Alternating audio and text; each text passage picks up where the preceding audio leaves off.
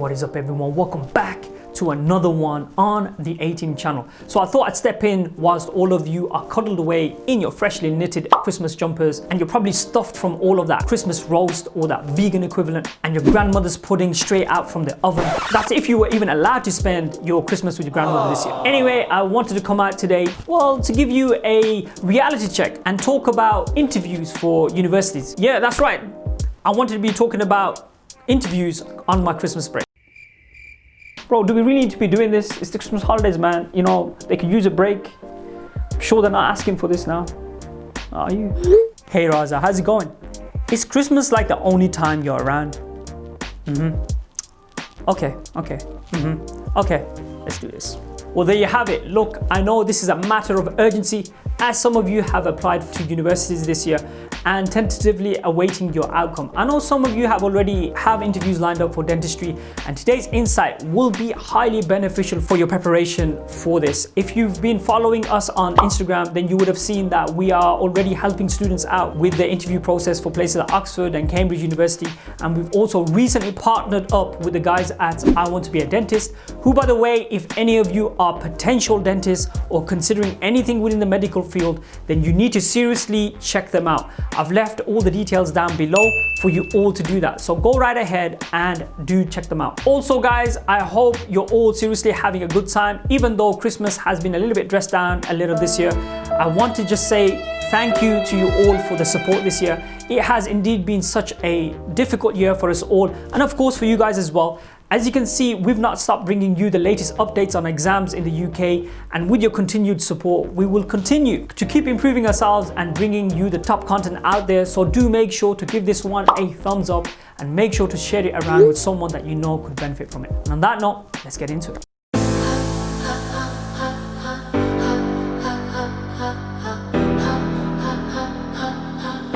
So as you probably saw from the title of this video, I want to focus on the whole process for dental and dentistry candidates undergoing the interviews for 2020 and 2021, especially since this year has been such a loony, crazy year that things obviously are not going to be taking place like they would under normal circumstances. So I just wanted to give you an insight into what might take place.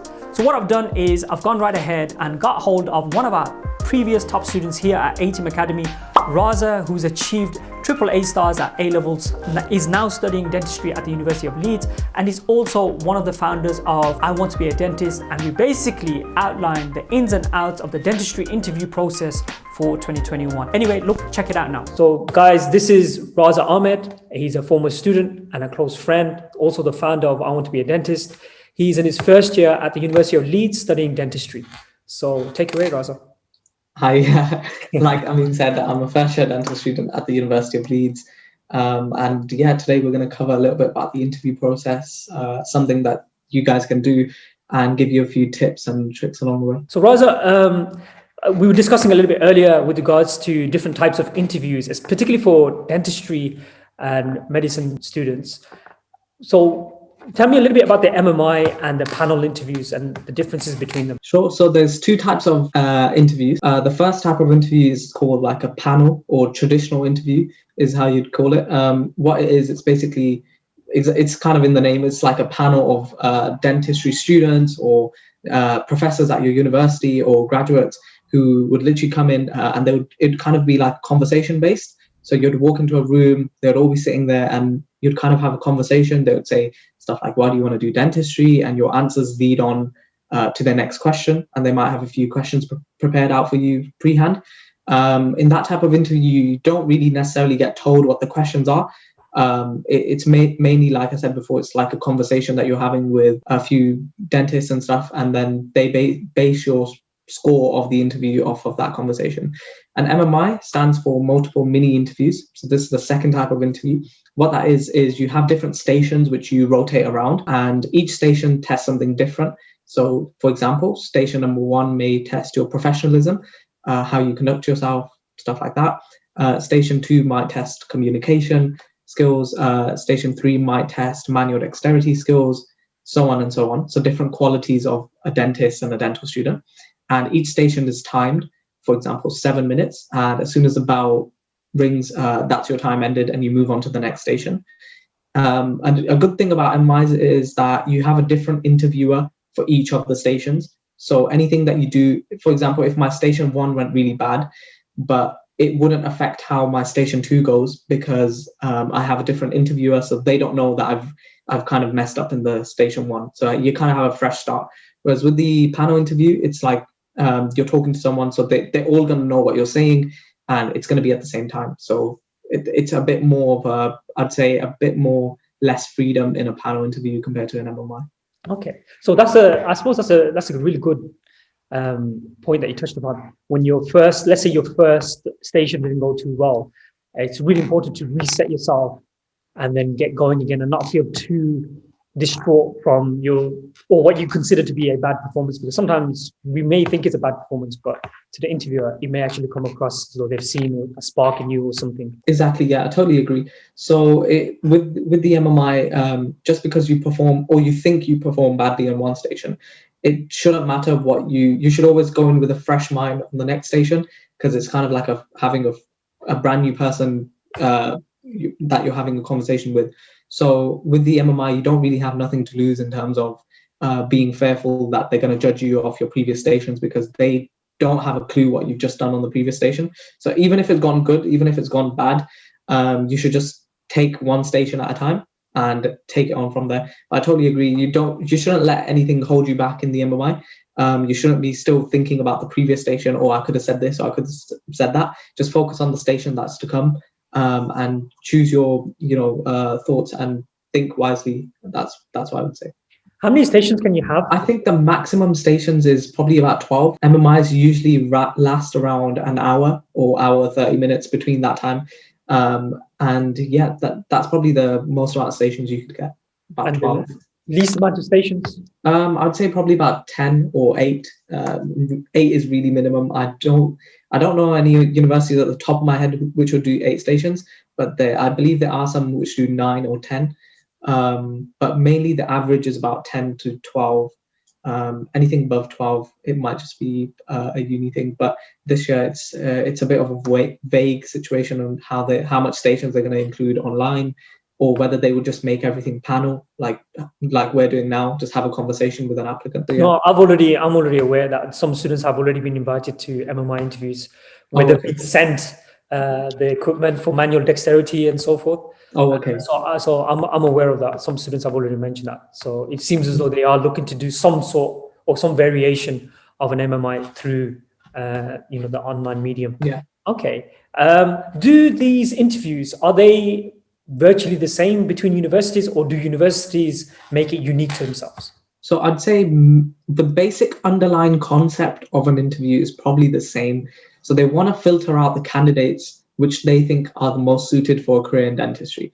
There's a reason why dentistry is so specific, and same with medicine, medicine, so specific and limited, is because you may think you'd become a very good practitioner in the future, but they just want to test whether you assess the qualities of becoming a good healthcare practitioner. So I think the main underlying concept is that they want to filter out the best candidates, not just for the university, but for the students, the applicants themselves as well, because they don't want people just to be in second year, third year and just be dropping out, because they have a certain amount of healthcare practitioners that they need to produce every year. And also it's an investment for them as exactly. well. Yeah, it is an investment. These type of courses like medicine, dentistry, they're very expensive courses. Like the materials you use in dentistry is quite expensive for every applicant, and same with medicine, the type of materials that you have to get as well, it's quite expensive. So the main underlying concept, like I was saying, is pretty much the same. They want to filter out the best candidates and the most suitable ones for the career. Now, each university does have a different style of doing that. So one example is MMI versus panel interviews. That's a clear distinction between the two.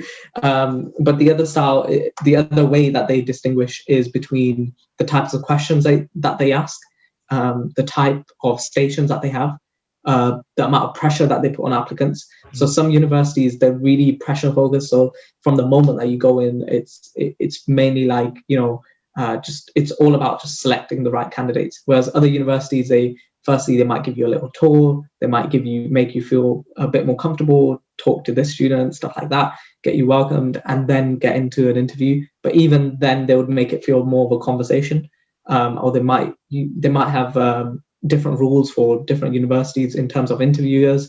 So one clear rule is that interviewers are mainly told to keep a straight face and be monotone, whereas in other universities, the interviewers are kind of told to make the applicants feel welcomed. So they're told to, be kind of more gentle towards the applicants, just to make sure that the pressure doesn't affect their selection process. Okay. So you mentioned the MMI, that it could be up to 12 stations. Don't want to touch upon anything daunting or anything like that from your experience. No. But what were your two favorite stations? The main two favorite stations was always the manual dexterity station at the MMIs and the role play stations. I found these two pretty much straightforward. Role play is just basically, you have a problem. I followed a specific structure when tackling the role play scenario. It's basically, it's a game of identifying the issue, working holistically. That's the main thing with every interviewer. So assessing the situation as a whole, then going to the specifics of the situation, whether it's breaking bad news to someone, or you've done something wrong and you have to admit it, or anything along the lines of that. The main thing that I would do is consider the situation holistically, then go into details. And then at the end, another step that I would take personally was to find a solution for the problem. So, give the person who you're talking to a few options. So, for example, if you've done something wrong and you have to admit it, like, I don't know, you broke your friend's favorite watch by accident, and you have to admit that to them. An alternative, a solution to that problem would be, I'll buy you a new one, or I will try and get this fixed for you, or give them some sort of comfort. Because dentistry is a problem-solving career. So everything in the interview relates back to dentistry, even with the role play. So I always found that pretty straightforward. And the the manual dexterity stations I found it quite fun, actually. It was just following a set of instructions, getting the job done. And for Leeds, we had drills and hand pieces that we got to use for the first time. So I just found that really fun and interactive. Well, anyone that's enjoying manual dexterity, what I would say is, destined to be a dentist. Yeah. Okay, cool. Were there any particular station that you didn't like? Was there anything that you didn't favor as much? I'd probably say it's quite difficult to assess, because what may have went bad might actually have been a good station for me. But I've just found normally the general knowledge stations, which were quite difficult, because it would always have a missing piece of information in them. So they would ask you, for example, the fluoride debate, and they would say, give arguments for and against it. You're expected to know that, but even then, when you're in that type of situation, you forget like facts and figures, or you forget some important things. But mainly it's about how well you can bounce back from that. So figure out something that you don't know. Another station that would probably be a little bit off-putting was the graph and interpretation stations. Mm-hmm. So they might give you a problem to solve, it might be like a little puzzle, or it might be a full-on graph that they might say, take a look at this graph, tell us what you see, suggest some reasons why that might be. And sometimes they don't give you much to go off, so you literally have to improvise and give the best answer possible. So it's one of those stations where there's not a direct answer that you give, but everything that you say, you've got to back it up and kind of be careful with what you're saying to them. So what would you say to aspiring future dentists? How should they be preparing for upcoming interviews? I would say practice mainly. The more times you put yourself in that situation, the easier it will become. Go out and try and talk to people. Well, you might not be able to do that now, but we do offer like a one-to-one interview service and an online interview course that I Want to Be a Dentist. So you can check that out, because we stimulate what a real interview would look like, especially because it's online. So you'll already be in that situation. You'll get the chance to experience what it's like, because the first time you do it is probably the most nervous time. After that, you get used to it. You know what you've done well. You know what could have went better. So the more times you put yourself in that situation, the easier it will become for you. You could put yourself on the spot, because an interview, you don't know what they're going to ask you. It could be absolutely anything. the more times you make yourself in that situation, put yourself in that situation, the easier the real thing would become for you. Yeah. So So my main tip would be the more to you come practice. acquainted with that process, it becomes a little bit easier. Exactly. Yeah. Yeah. Okay. There's ton of questions available in our online interview course that you can try and practice, as well as in our book, with regards to the interviews, as well as tips how to answer each station. For example, the holistic approach that I mentioned, that is very explained in very much detail, that they can literally read upon and implement into their interview techniques. Okay. What are your tips for on the actual interview day? What would you recommend to the students? I would say be prepared. So the more practice you do, the more comfortable you would feel in that situation. So if you prepared for it pre-hand, that's really good. Make sure you're aware of what time your interview is at, how to get set up. If it's online, make sure you've got the device ready. You've got everything laid out the night before. You're up nice and early. There's nothing else on your mind at that moment, because it's literally just, it's the main day. It's the main day of the game. So the main thing I would say for that day is just go in feeling a bit more relaxed. It's easier said than done, but the interview will probably be over before you know it. And Yeah. So just enjoy the moment, because you've come this far. It's just time to execute what you've learned up until that point. So And I think, sorry to interrupt. No. I think you mentioned that really important point, that you've made it this far.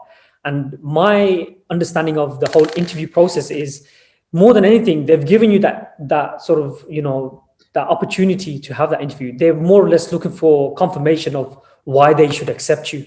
Exactly. Yeah. So it's not like they're trying to almost like disqualify you. They're actually looking for more sort of confirmation from yourself in terms of why we should accept you. Exactly. They're looking for something that you say or do that they can say, yes, I want this applicant. Because if you've made it that far, that means you beat hundreds of applicants already who didn't even make it to the interview stage. So if you've made it that far, the next thing I would say is congratulations. You've done it. You've made it this far, but just make sure you have something. It's kind of like having an ace up your sleeve. So you have something to put on the table when it comes to the interview, whether you're absolutely going to ace your personal statement section, or just something that they say that this applicant would make a good dental student. And it's kind of like just adding the icing to the cake. If you can just give them something to work off, they would most likely accept you. What should applicants do post interview? What should they be doing after that? I would say one thing that they could do is reflect. So interviews come and go. It probably won't be your last interview or your first interview, or the last one that you ever have. But it just, some takeaway points is to just reflect on your interview, see what things you went well, what you think you did well, and what you could have improved on. So you'll probably know this straight away as the stations or the interview end. You'll know that you probably hesitated, or you didn't mention everything that you could have. But if you've got any other interviews lined up in the future, then you've got a clear indication of what went well, what went wrong. Don't beat yourself up about it. It's done. There's nothing else that you could do that would change the outcome of whether you're going to get an offer or not for medicine or dentistry. It's just a waiting game. So don't take too much pressure on yourself. You've made it that far. The interview is done. And all you need to do now is to just sit back, wait for either another interview, or just wait to hear what the decision was. There's no point guessing, or I got in or I didn't get in. That there's no such thing like that. Yeah, that waiting phase can actually drive people crazy. Just like waiting for your results. Yeah, it's exactly the same. Yeah. I was going to ask, let's say in the event of being rejected, is that the end of it for the person? No. I was told this by somebody who's an actual dentist when I was doing my work experience. And he said one thing which stuck with me throughout the whole of my journey as well into dentistry. He said, if you really want to be a dentist, he said this goes for anything in life. If you want to be somewhere, or be a dentist, or be a doctor, or be the best at sports, or whatever you do in life, if you want to become a dentist, he said, you will get there. You will, but it might just take you a little bit longer than others. So if that is your end goal, you will become a dentist. if you really want it that badly. 100%. He said that without any doubt. He said, if you want to get in dentistry, you're going to become it. I have zero doubt about it. It might take you a little bit longer than it might take other people. So if you do get rejected from dentistry, yes, it's unfortunate. You probably won't be feeling as good as you did at the start of the year or anything like that. But what's important is to consider your next steps. So whether you're going to reapply or take a gap year or reset your A-levels or see what went wrong. Was it your personal statement? Be truly honest. Did you not get the grades, or did you not get an interview? Why didn't you get an interview? Was it your predicted grades? So identify your weak point and move on. And try and learn from that, I suppose. Yeah, try and learn from it. Yeah. Let's say you do get rejected from an interview. There's a lot of positive things to take away from that. Yeah. So I totally agree. There's plenty of options you can take afterwards as well. Not everybody gets in dentistry the first time. Even I didn't. I have people on who are co-directors on I Want to Be a Dentist that didn't get into dentistry first time, but now they're like 4th, 5th year students. They're graduates. So it doesn't matter. In the long run, it won't matter. But what will matter is the decision you make, what happens after. So if you've decided that you're going to give up, then okay, if that's really what you want to do, but don't have any regrets about it, because you'll beat yourself up for the rest of your life because that one decision affects everything that happens on with your life. So if you really want to do dentistry, you could do a postgrad dentistry. So you could do biomedical sciences or any other courses that another university offers, and then reapply to dentistry. You could take a gap year, reset, redo your UCAT if that didn't go well, or BMAT, or just identify some point and improve it for next time, and be sure of what you want. So that would be my main advice to somebody who's been rejected. Cool. I think we'll wrap that up there. Well, I hope that puts a number of things into perspective for you guys. If any of you would like any additional help, then do go and check out I Want to Be a Dentist. I left all the details down below. They have released a book which you can purchase from Amazon that outlines the entire dental process, from how to apply to personal statements all the way through to accepting your place on a course. So do go and check them out, as they've covered it right from the beginning all the way to the end. And on that note, guys, I really do hope you found this one to be of some value to yourselves. If you have friends that can benefit from this, do share it with them. I'd also like to thank Raza for participating in this one. If you prefer this style of video, then do leave a comment down below. And also, I will be uploading more videos regarding interviews, so make sure to get subscribed for that. On that note, guys, my name is Amin, and I will catch up with you another time.